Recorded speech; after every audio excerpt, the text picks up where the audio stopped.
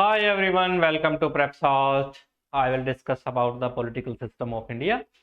Previous lecture में मैंने जो है आपको attorney general of India and advocate general of state के बारे में डिस्कस किया था। देखिए, हमारा जो union government and state governments का जो पार्ट है, हमारी जो लेयर्स होती हैं, गवर्नमेंट्स की जो लेयर्स होती हैं, तो जितने भी हमारे लेवल हैं वो हमने क्लियर कर लिए हैं। अभी एक लेवल जो है गवर्नमेंट स्ट्रक्चर का, थर्ड लेवल जो होता है वो हमने डिस्कस नहीं किया, उसको अब हम स्टार्ट करने वाले हैं। तो देखिए, गवर्नमेंट जो है हमारे कॉन्स्टिट्यूशन के अनुसार 3 टियर लेवल्स जो होते हैं गवर्नमेंट्स के होते हैं। ठीक है, 3 लेवल। ठीक। तो फर्स्ट लेवल क्या है हमारा गवर्नमेंट की स्ट्रक्चर का? वो है हमारा यूनियन गवर्नमेंट। ओके, और ये सैलिएंट फीचर भी है कॉन्स्टिट्यूशन ऑफ इंडिया का। और दूसरा जो लेवल है हमारा सेकंड लेवल, वो है हमारा स्टेट गवर्नमेंट। ठीक। और एक तीसरा लेवल भी है। ठीक है, थर्ड लेवल जो है हमारा, third level is local bodies. ठीक है, तो जो लोकल बॉडीज हैं हमारी, ये हमारा तीसरा स्तर माना जाता है गवर्नमेंट का। ठीक है, the third level is local bodies. तो इस तरह हमारा जो गवर्नमेंट जो स्ट्रक्चर है, वो हमारी जो सरकार है, गवर्नमेंट का जो स्ट्रक्चर है, वो त्रिस्तरीय सरकार की हमने व्यवस्था की है अपने कॉन्स्टिट्यूशन में। देखिए, पहले क्या था कि जब तक ये वाला लेवल कॉन्स्टिट्यूशनलाइज नहीं किया गया था, इसका संवैधानिकरण नहीं किया गया था, तब तक हमारे पास केवल ये 2 लेवल थे। ठीक है, अभी एक तीसरा लेवल और आ गया है जिसका नाम है लोकल बॉडीज। 1992 में 73rd एंड 74th अमेंडमेंट जो है लोकल बॉडीज का इवोल्यूशन करते हैं। चलिए, तो अब हम स्टार्ट करते हैं अपना। 2 लेवल हमने डिस्कस कर लिए हैं, ये फर्स्ट वाला भी और सेकंड वाला भी। थर्ड वाला जो लेवल है, इसको हम डिस्कस करते हैं क्या है। That's name is local bodies. Okay, तो चलिए स्टार्ट करते हैं। जो हमारा लोकल बॉडीज वाला जो पार्ट है, इसको हम स्टार्ट करते हैं। उसमें सबसे पहले हम स्टार्ट करते हैं पंचायती राज। कॉन्स्टिट्यूशन में पंचायती राज का आपको अलग से चैप्टर देखने को मिलता है, जिसको हमने नाम दिया पंचायत, यानी panchayat. Okay, let me start. Panchayati raj.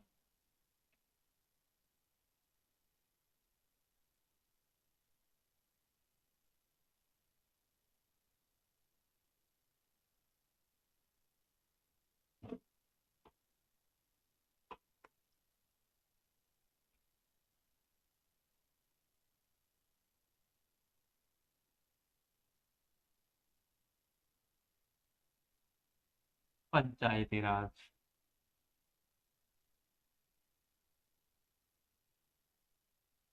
Okay? जो आपका पंचायती राज है, पंचायती राज को कॉन्स्टिट्यूशनलाइज किया गया था 73rd अमेंडमेंट के थ्रू। कौन सा अमेंडमेंट था? 73rd constitutional amendment act. तो according to the 73rd constitutional amendment,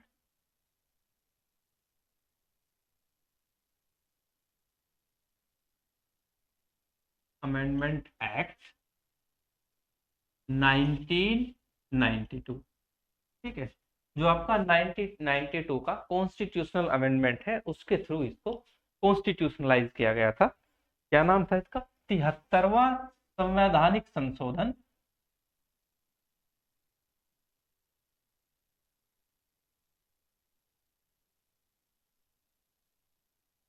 संशोधन अधिनियम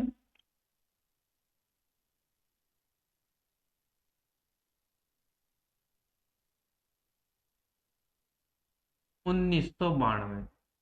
ठीक है, 73वां संवैधानिक संशोधन अधिनियम 1992 के द्वारा आपका पंचायती राज जो सिस्टम है या पंचायती राज व्यवस्था है, ये इसको कॉन्स्टिट्यूशनलाइज यानी इसका संवैधानिकरण करता है। इसको जो है पंचायत को जो है ना, ऐसा इंस्टीट्यूशन बनाता है जो आपका कॉन्स्टिट्यूशनल है, यानी जो संवैधानिक है।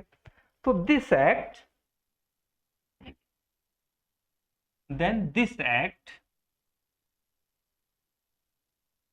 added a new part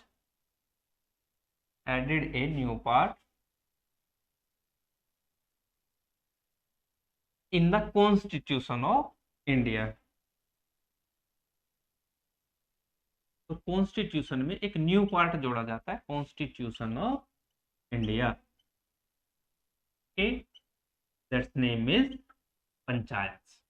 तो एक नया पार्ट जोड़ा जाता है, पार्ट 9। क्या जोड़ा जाता है? भाग 9, और जिसका नाम रखा गया है पंचायतें यानी पंचायत। ठीक है, तो कॉन्स्टिट्यूशन में क्या है कि एक नया पार्ट जोड़ा जाता है जिसका नाम है भाग 9 और जिसका नाम है पंचायत। ठीक है, और इसमें क्या है, आपका आर्टिकल जोड़ा जाता है, एक नए आर्टिकल इसमें जोड़े जाते हैं जो स्टार्ट होता है आपका आर्टिकल 243 से, और इसके पार्ट चलते हैं ABCDEFGHIJKLMNO तक। तो 243 से 243O तक जो है पंचायत का विवरण आपको दिया गया है। और साथ ही क्या है कि पंचायत में कितने आपके जो है फंक्शन सेंटेंस होंगे, कितने सब्जेक्ट होंगे, इनको बताने के लिए एक नई जो है ना आपकी शेड्यूल जोड़ी गई, यानी अनुसूची जोड़ी गई, 11th शेड्यूल यानी 11वीं अनुसूची। तो ऑल्सो एडेड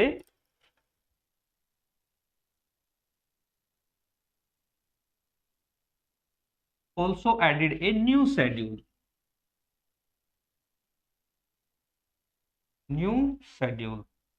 कौन सी? 11th schedule.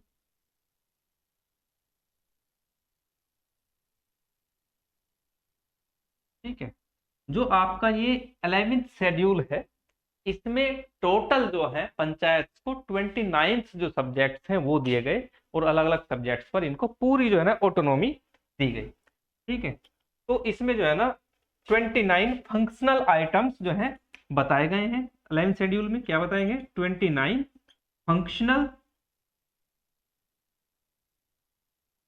आइटम्स इसमें बताए गए हैं।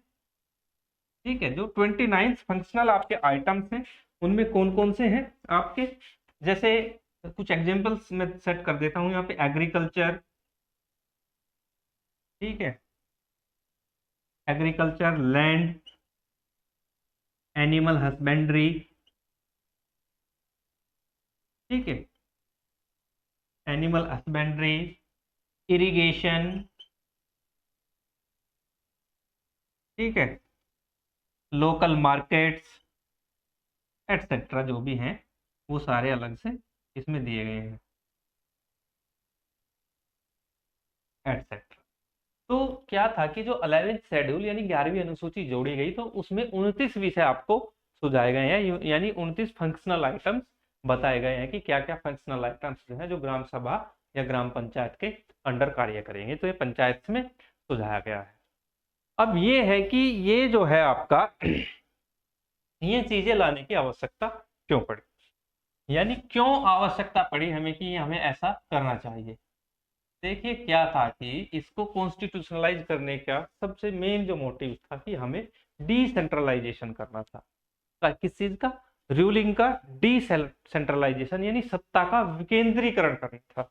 जो रूल है, गवर्नमेंट का जो रूल है, ठीक है, उसको क्या करना था? डिसेंट्रलाइज।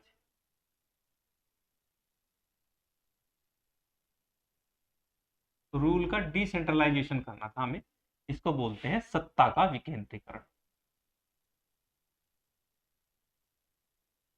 देखिए, सत्ता का विकेंद्रीकरण होता क्या है, पहले यही समझना है हमें। सत्ता का जो विकेंद्रीकरण होता है कि सत्ता जो है ना एक जगह केंद्रित ना होकर, एक जगह सेंट्रलाइज ना होकर, वो डिसेंट्रलाइज होनी चाहिए। वो जहां जहां जो जिस लेवल पर रूलिंग बॉडी काम करती है, वो उसी के पास जो है पावर्स होनी चाहिए डेवलपमेंट करने के लिए। तो इसलिए जो है लोकल बॉडीज को एवेल्युएट किया गया और उनको जो है ना पावर्स दी गई, और 29 फंक्शनल आइटम्स जो है पंचायत को दिए गए काम करने के लिए, और उन पर डेवलपमेंट और विकास कार्य संबंधित गतिविधियों को देखरेख करने के लिए। ठीक है, तो मोटिव यही होता है कि सत्ता के विकेंद्रीकरण के लिए पंचायत को जो है जो पंचायती राज है उसका संवैधानिकरण किया गया। अब हम हिस्ट्री पे पहुंचते हैं, एक दिन में नहीं हुआ, तो इसकी एक बहुत लंबी हिस्ट्री है। हिस्ट्री क्या है उसको हम डिस्कस करते हैं। What is the history? तो सबसे पहले क्या हुआ कि हिस्ट्री समझने से पहले होता क्या है कि जो हमारे गांधीवादी जो प्रिंसिपल्स हैं डीपीएसपी में, उनमें से एक ये भी है। तो ये पार्ट था आपका डीपीएसपी में, ड्यूटी था स्टेट का, क्या था कि हमें जो है ग्राम पंचायतों का गठन करना, ठीक है, establish a village panchayat according to the directive principle for state policy. हम क्या करते हैं कि देश की जो है ना इंडिपेंडेंसी के तुरंत बाद ही हमने इस पे काम करना स्टार्ट किया, और काम करने के बाद में सबसे पहले इसको स्टडी करने के लिए एक जो है कमेटी को गठित किया गया, ठीक है, एक जो है ना कमेटी ऑर्गेनाइज की गई, that's name is Balwant Rai Mehta committee. तो फर्स्ट में सबसे पहले जो कमेटी बनी थी उसका नाम था बलवंत राय मेहता कमेटी।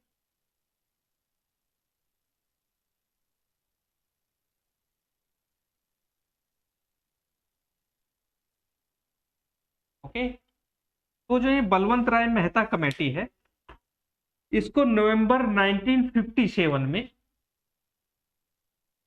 1957 में इसको ऑर्गेनाइज किया गया था, ठीक है, सॉरी, इसको 1957 में ऑर्गेनाइज किया गया था, जुलाई 1957 में, और इसने नवंबर 1957 में अपनी जो है रिपोर्ट जो है तैयार की, प्रिपेयर की, और इस रिपोर्ट को इसने नवंबर 1957 में सबमिट किया। अब ये जो रिपोर्ट है, ये रिपोर्ट कहती क्या थी आपकी? ये रिपोर्ट थी, इसने कुछ रिकमेंडेशंस दी थी अपनी। वो रिकमेंडेशंस क्या थी उसको हम जानते हैं। Recommendation,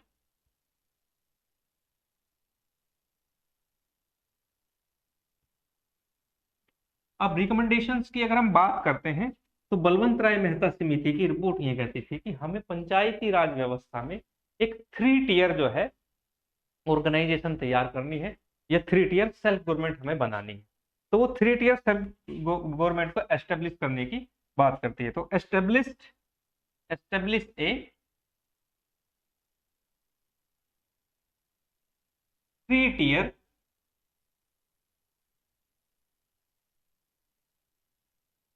tier panchayati raj system, establish a 3 tier panchayati raj system. Okay, तो यहाँ पे जो बलवंत राय मेहता है, उन्होंने बताया कि हमें जो है ना 3 टियर यानी त्रिस्तरीय पंचायती राज व्यवस्था बनाने की आवश्यकता है।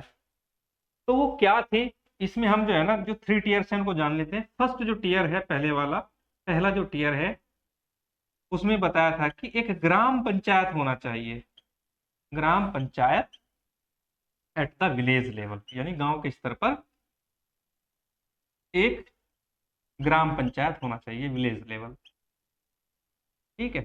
तो पहला जो लेवल था वो यही था कि गांव के स्तर पर जो है एक ग्राम पंचायत होना जरूरी है,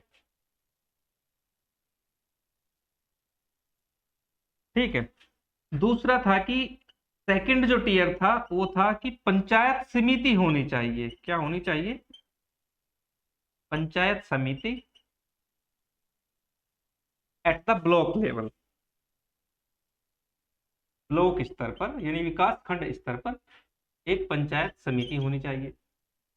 दूसरा टियर ये था, जो आपका विकास खंड होता है जिसको हम ब्लॉक बोलते हैं, ब्लॉक लेवल पर एक पंचायत समिति होनी चाहिए।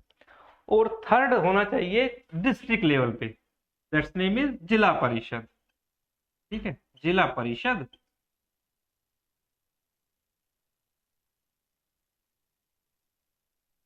At the district level.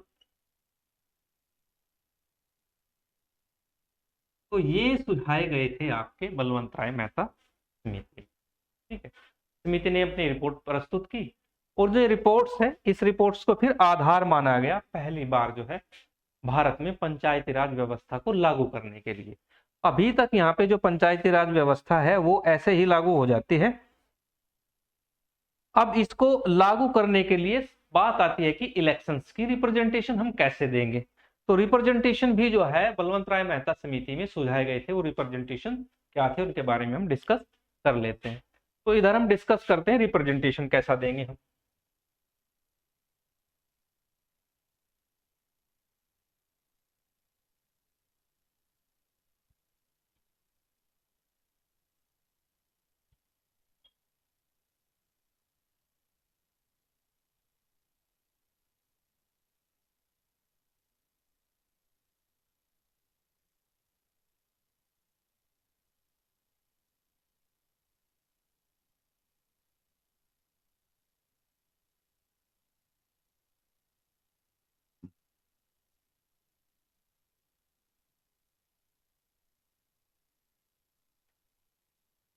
देखिए, here is two type of representation. First is direct elected representation. तो इसको समझो ना, टू टाइप रिप्रेजेंटेशन की बात की है। पहला है डायरेक्ट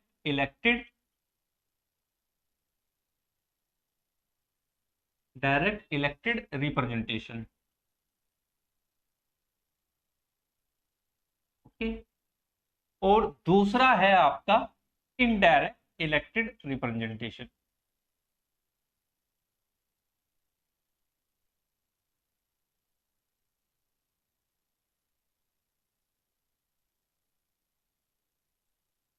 ठीक है,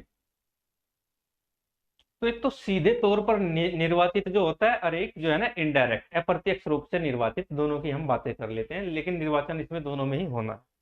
तो जहां तक बात है आपका जो पहले वाला जो लेवल है, कौन सा, ये वाला ग्राम पंचायत वाला, ठीक है, इसको हम क्या करते हैं, इसको हम डायरेक्ट इलेक्टेड रिप्रेजेंटेशन में रखते हैं। तो पहला है डायरेक्ट, यहाँ पे ग्राम पंचायत जो है आपकी, ग्राम पंचायत को,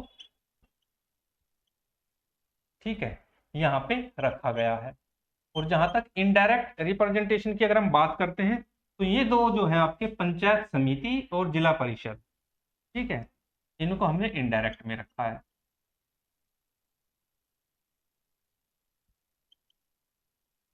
पंचायत समिति और आपका जिला परिषद, ठीक है। तो ये क्या था आपका, ये आपका इनडायरेक्ट इलेक्टेड रिप्रेजेंटेशन माना गया। सारी चीजें मानी गई, मानने के बाद में पहली बार क्या है, आपका जो पंचायती राज व्यवस्था है उसको लागू किया गया था राजस्थान में। तो Rajasthan was the first state, तो पहला राज्य है राजस्थान जहां पर इसका इनॉग्रेशन हुआ था। ठीक है, तो ये आपने ध्यान रखना था, Rajasthan was the first state to established. तो राजस्थान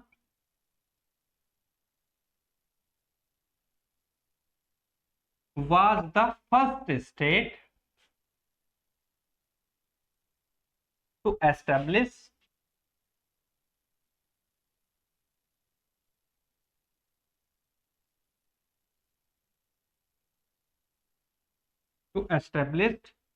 पंचायती राज सिस्टम। तो पहली बार जो है पंचायती राज सिस्टम कहां पे अपनाया गया, राजस्थान में। और राजस्थान में भी कहां पे, नागौर डिस्ट्रिक्ट में। इसका जो उस टाइम के तत्कालीन प्रधानमंत्री थे पंडित जवाहरलाल नेहरू, उन्होंने इसका जो है इनॉग्रेशन किया। तो लिख देते हैं इसको भी, पंचायती राज सिस्टम इनऑग्रेटेड बाय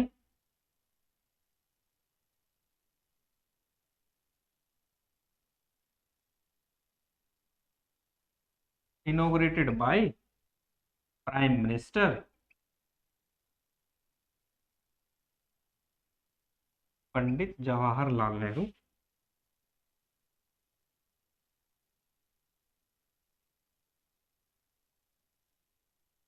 जवाहरलाल नेहरू। और ये कब किया गया था, 2 अक्टूबर, ऑन अक्टूबर 1959 में, यानी 2 अक्टूबर 1959 को नागौर डिस्ट्रिक्ट में इसका इनॉग्रेशन किया गया। ये आपने ध्यान रखना है, नागौर डिस्ट्रिक्ट, ठीक है। तो नागौर डिस्ट्रिक्ट में पहली बार इसको किया गया। और अक्टूबर के लास्ट वीक तक जो है, ये पहला राज्य था राजस्थान। राजस्थान में पहली बार जो है एस्टेब्लिश किया गया था पंचायती राज सिस्टम को, पंचायत को कुछ पावर्स के साथ में इसको एस्टेब्लिश कर दिया गया था। लेकिन अभी तक यहाँ पर इसको कॉन्स्टिट्यूशनलाइज नहीं किया गया था, ठीक है। साथ ही क्या हुआ कि जो अक्टूबर 1959 के लास्ट वीक में जो है आंध्र प्रदेश दूसरा राज्य है, ये आपने ध्यान रखना है। तो अडोप्टेड बाय आंध्र प्रदेश, तो आंध्र प्रदेश ने इसको अडोप्ट किया गया। फिर इसके बाद धीरे धीरे धीरे धीरे ऑल ओवर इंडिया जितने भी जो अपने स्टेट थे, उन्होंने क्या था कि पंचायती राज सिस्टम को अडोप्ट कर लिया था। तो ध्यान रहे, पहला राज्य राजस्थान है और दूसरा आंध्र प्रदेश है। फिर साथ में धीरे धीरे सबने इसको अडोप्ट कर लिया था, ठीक है। चलिए आगे बात करते हैं। अब हम बात करते हैं जो आपका पंचायती राज सिस्टम में ये पहली कमेटी थी आपकी, that's name is Balwant Rai Mehta committee. फिर उसके बाद भी बहुत सारी जो है कमेटीज आई, उन्होंने अपनी रिकमेंडेशन दी। तो इसका एक हिस्ट्री चलता है, ऐसी वो हिस्ट्री क्या कहता है उसको हम जानने का प्रयास करते हैं। तो चलिए आगे चलते हैं, आगे हम बात करते हैं।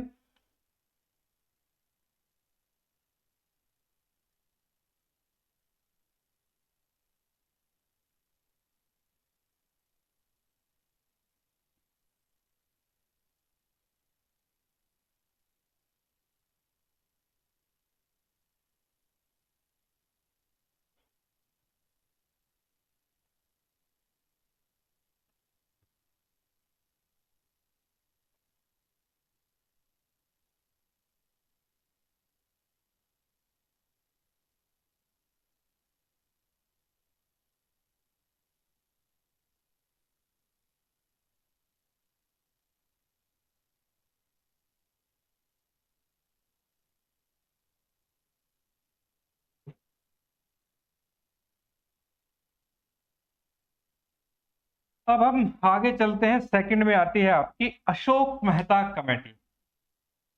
चलिए, तो दूसरी जो कमेटी थी आपकी वो थी Ashok Mehta committee.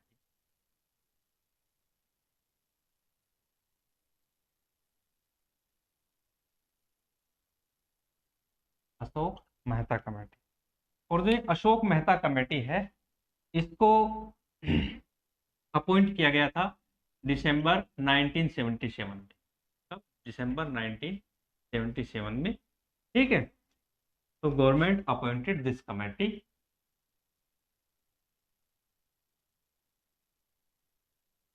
Government appointed this committee, तो गवर्नमेंट ने इस कमेटी को अपॉइंट किया था। ठीक है, फिर इसने क्या किया कि अगस्त 1977 में, सॉरी अगस्त 1978 में अपनी जो रिपोर्ट है वो सबमिट की। इसने रिपोर्ट प्रिपेयर की और प्रिपेयर करने के बाद में इसने इसको सबमिट किया। ओके, तो ये आपने ध्यान रखना है कि आपका जो अशोक मेहता कमेटी है उसको 77 में, दिसंबर 1977 में जो है गवर्नमेंट ने अपॉइंट किया था। फिर उसने स्टडी किया और देखा कि पंचायती राज संस्थाओं को हम जो है ना और कितना विकसित कर सकते हैं, और उसके बाद जो है ना अपनी रिकमेंडेशन दी अगस्त 1978 में। और वो रिकमेंडेशंस क्या थी, चलिए अब हम बात कर लेते हैं रिकमेंडेशंस की। ठीक है ना, what is the recommendation of the Ashok Mehta committee.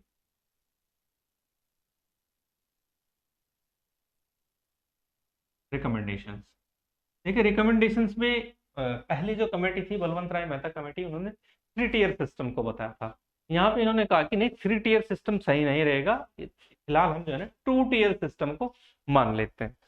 चलिए, इन्होंने एक नया फॉर्मूला दिया जिसका नाम था 2 टियर सिस्टम। ठीक है, जो 2 टियर सिस्टम था आपका द्विस्तरीय जो प्रणाली थी वो क्या थी, इसमें इन्होंने एक साइड में तो रखा अपना जो होता है जिला परिषद को। किसको रखा? जिला परिषद को।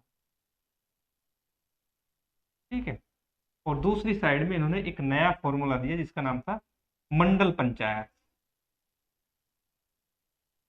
क्या दिया? मंडल panchayat.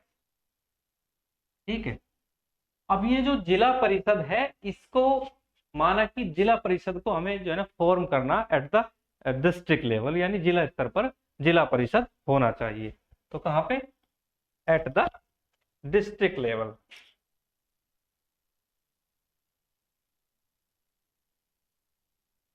At the district level. ठीक है, अब मंडल पंचायत की फॉर्मेशन के लिए इन्होंने क्या किया कि हमें ना ग्रुप बनाना है, एक या एक से अधिक गांव के ग्रुप बनाने हैं जो near about 1500 sorry 15,000 to 20,000 population वाले होने चाहिए। तो इसमें क्या फॉर्मूला बताया? इसमें बताया इन्होंने मंडल पंचायत में a group of villages, a group of villages. ठीक है, और उसके अंदर बताया कि हमने एक गांव का एक ग्रुप बनाना है जिसमें 15,000 से 20,000 तक की जो पॉपुलेशन है आपकी। ठीक है, 15 से 20,000 तक की क्या है? पॉपुलेशन। यहाँ पे लिख देता हूँ। तो 15 से 20,000 तक की पॉपुलेशन का एक जो है ना ग्रुप बनाना है, और दूसरा स्तर हमने ये रखना है। तो ये अशोक मेहता जो समिति है उसके बारे में उन्होंने ये रिकमेंडेशन दी थी। उनकी जो है रिकमेंडेशन ये थी। आगे बढ़ते हैं, आगे हम बात करते हैं फिर उसके बाद आती है हमारी जीवी के राव कमेटी। फिर क्या आती है? थर्ड आती है जीवी के राव कमेटी।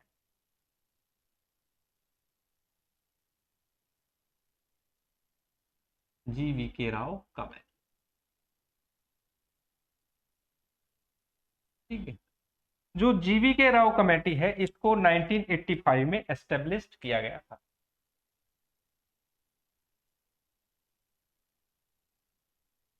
एस्टेब्लिश्ड इन 1985 यानी 1985 में इसको एस्टेब्लिश किया गया था।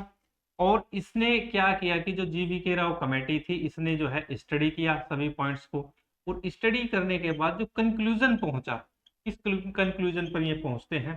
तो कंक्लूजन ये था कि सारा जो सिस्टम है, वो डेवलपमेंट जो प्रोग्राम्स हैं, वो अच्छे से नहीं हो पा रहे हैं हमारे पंचायत में। तो इन्होंने कंक्लूजन में माना कि जितने भी हमारे डेवलपमेंट प्रोग्राम्स हैं वो ब्यूरोक्रेटाइज हो गए हैं,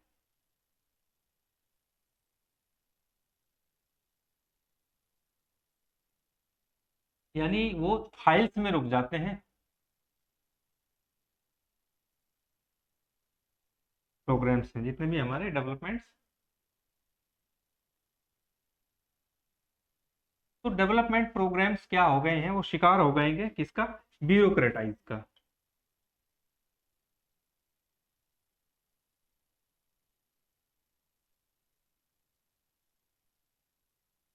ठीक है, यानी जो ये ना नौकरशाही का शिकार हो गए हैं, जो नौकरशाह हैं वो डेवलपमेंट नीचे अच्छे से नहीं कर रहे हैं। ठीक है, तो इससे क्या होता है कि जो आपका डिसेंट्रलाइजेशन है, ये जो नौकरशाही है वो डिसेंट्रलाइजेशन के अगेंस्ट माना, इन्होंने माना ब्यूरोक्रेसी को कि ये अगेंस्ट द डिसेंट्रलाइजेशन है। तो डिसेंट्रलाइजेशन का कोई मतलब नहीं रह गया है, अगेंस्ट द डिसेंट्रलाइजेशन।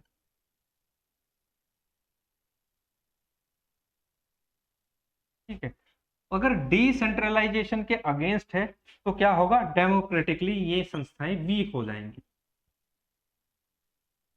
ये इन्होंने माना।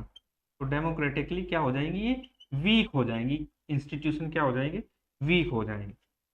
तो ये इन्होंने स्टडी किया, कंक्लूजन ये दिया, फिर इन्होंने अपनी रिकमेंडेशंस दी।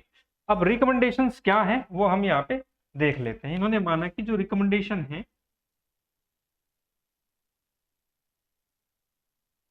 क्या रिकमेंडेशंस थी? इन्होंने बताया कि जो हमारा डिस्ट्रिक्ट लेवल पर जिला परिषद है, क्या है? जिला परिषद जो डिस्ट्रिक्ट लेवल पर हमने बनाया हुआ है, तो जिला परिषद डिस्ट्रिक्ट लेवल पर मैंने बताया था, तो इसको हमने जो है ना पाइवोटल इंपॉर्टेंस देना चाहिए, इनको महत्व देना चाहिए। ठीक है, यहाँ पे इंपॉर्टेंस देना चाहिए।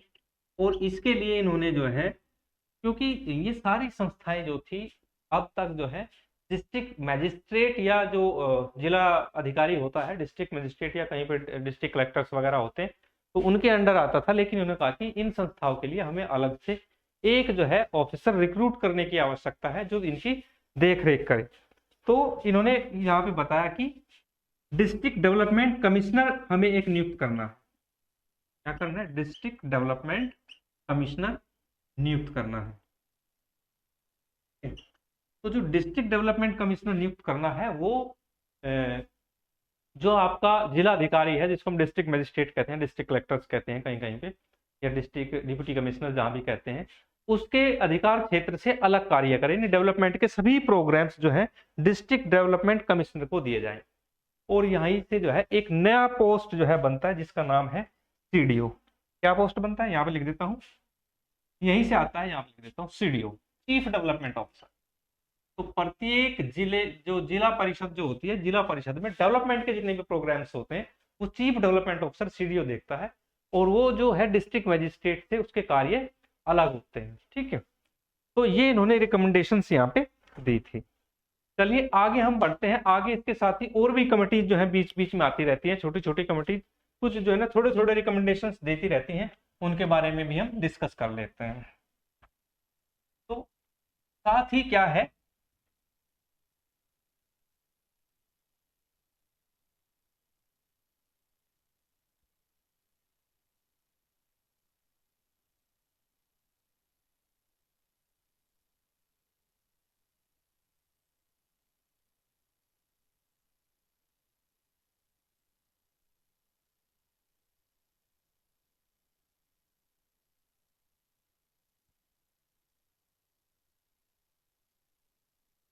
तो बीच बीच में जो छोटी छोटी कमिटीज आती रहती हैं वो भी हम ले लेते हैं यहाँ पे। तो इसमें जो है ना बीच में आती है आपकी दांत वाला कमेटी। दांत वाला कमेटी ये 1978 में आती है, याद रखना चाहिए कब आती है, पूछा जा सकता है एग्जाम में। फिर आती है आपकी हनुमंत राव कमेटी।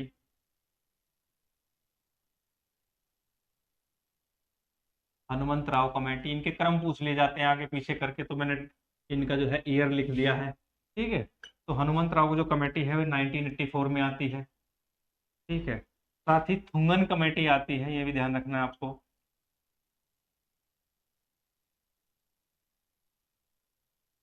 ठीक है, थुंगन जो कमेटी है ये आती है आपकी 1988 में। कब आती है? 1988 में। ठीक है, और इसी के साथ ही जो है थुंगन कमेटी के साथ ही एक गाडगिल कमेटी आती है, ये भी आपने ध्यान रखना है। जो गाडगिल कमेटी है ये आती है, ये भी आपकी 1988 में आती है। तो ये भी अपनी जो है ना कुछ थोड़े बहुत सुझाव रिकमेंडेशन ये देती हैं। लेकिन टर्निंग पॉइंट जो आता है आपका, वो आता है आपका एल एम सिंघवी कमेटी से। तो लास्ट की जो कमेटी होती है एल एम सिंघवी कमेटी होती है, जिससे हम टर्निंग पॉइंट पे पहुंचते हैं। तो चलिए, हालांकि थुंगन कमेटी और Gadgil committee L M Singhvi के बाद आती है, लेकिन इसमें जो है ना सबसे मेजर रोल प्ले करती है आपकी कौन सी? एल एम सिंघवी कमेटी, आपने ध्यान रखना है।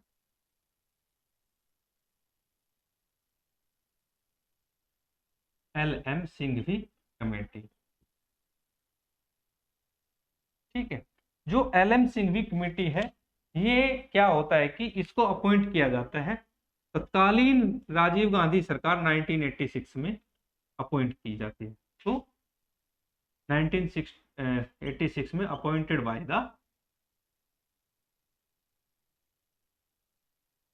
राजीव गांधी गवर्नमेंट, यानी राजीव गांधी उस टाइम प्राइम मिनिस्टर थे। तो इन्होंने जो है पंचायती राज संस्थाओं को बूस्ट करने के लिए इसको नियुक्त किया, राजीव गांधी गवर्नमेंट। ठीक है, ये आपने ध्यान रखना है। काम क्यों किया ऐसा? ऐसा इसलिए किया क्या कि जो है ना हम जो है रिवाइटलाइजेशन कर सके पंचायती राज संस्थाओं का।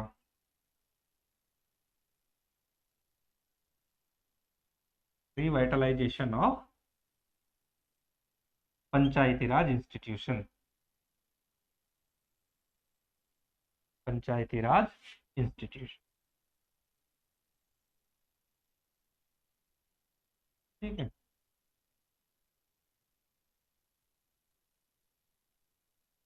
तो राजीव गांधी चाहते थे कि हम पंचायती राज संस्थाओं को पुनर्जीवित कर सकें। ठीक है, उनको कॉन्स्टिट्यूशनलाइज कर सकें, और ताकि वे अपना जो है ना डिसेंट्रलाइजेशन के लिए पंचायती राज संस्थाएं अच्छे से वर्क कर सके और उनको ऑटोनॉमी हम दे सके। तो इसके लिए राजीव गांधी सरकार ने एल एम सिंघवी समिति को गठित किया और उसने अपनी रिकमेंडेशन रिपोर्ट सबमिट की, और कुछ रिकमेंडेशंस इन्होंने दी थी। तो रिकमेंडेशंस क्या थी वो हम पढ़ लेते हैं।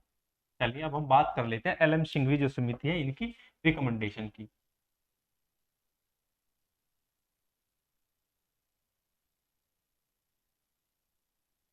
अब रिकमेंडेशन की अगर हम बात करें तो पंचायती राज जो सिस्टम है, पहला पॉइंट ये था कि the panchayati raj system should be constitutionalise.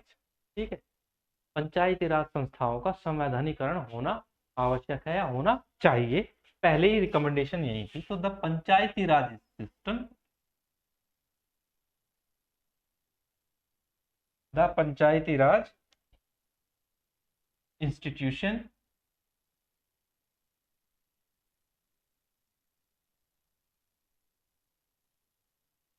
Should be constitutional.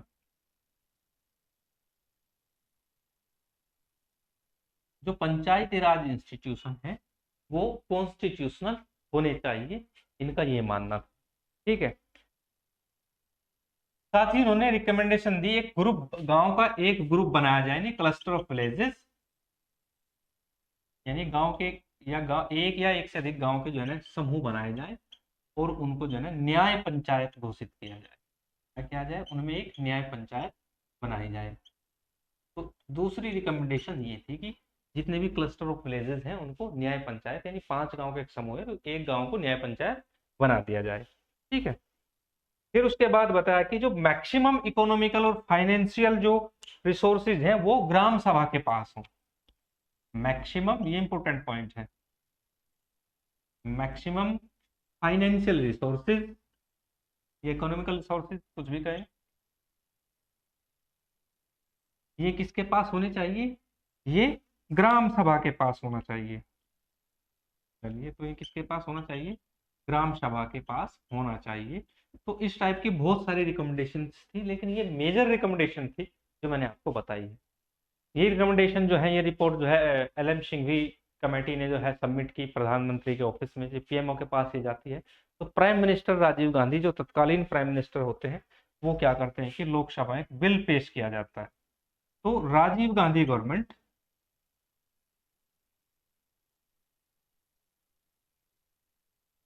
Rajiv Gandhi government introduced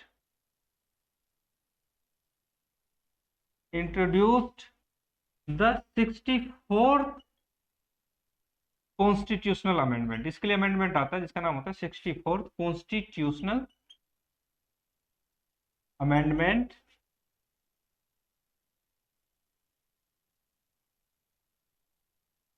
amendment bill इन लोकसभा। लोकसभा में क्या हो जाता है, 64वां संविधान संशोधन पेश किया जाता है। कब, जुलाई 1989। लेकिन होता क्या है कि राजीव गांधी के बिल का इतना विरोध होता है कि 1989 के टाइम पे, फिर उसके बाद क्या है कि जो उस टाइम की जो परिस्थितियां होती हैं, सिचुएशन ये होती है कि बोफोर्स को लेकर, कि बोफोर्स तोप का कुछ घोटाला वगैरह ऐसा कोई इश्यू होता है, तो उसको लेकर राजीव गांधी की गवर्नमेंट गिर जाती है। और new prime minister of India जो है आपके जो हैं आपके राजा विश्वनाथ प्रताप सिंह करके कुछ थे, VP सिंह जिनको बोलते हैं, नए प्राइम मिनिस्टर ऑफ इंडिया बनते हैं। और उसके बाद जो है ना, ये जो 64th अमेंडमेंट बिल है ठंडे बस्ते में जाता है, जो बाद में रिवील हो जाता है। ठीक है। तो इसके आगे की कहानी हम जो है नेक्स्ट लेक्चर में बताएंगे, और नेक्स्ट लेक्चर में जो है आपका कॉन्स्टिट्यूशनलाइज हो जाएगा। आज के लिए इतना ही। Thank you.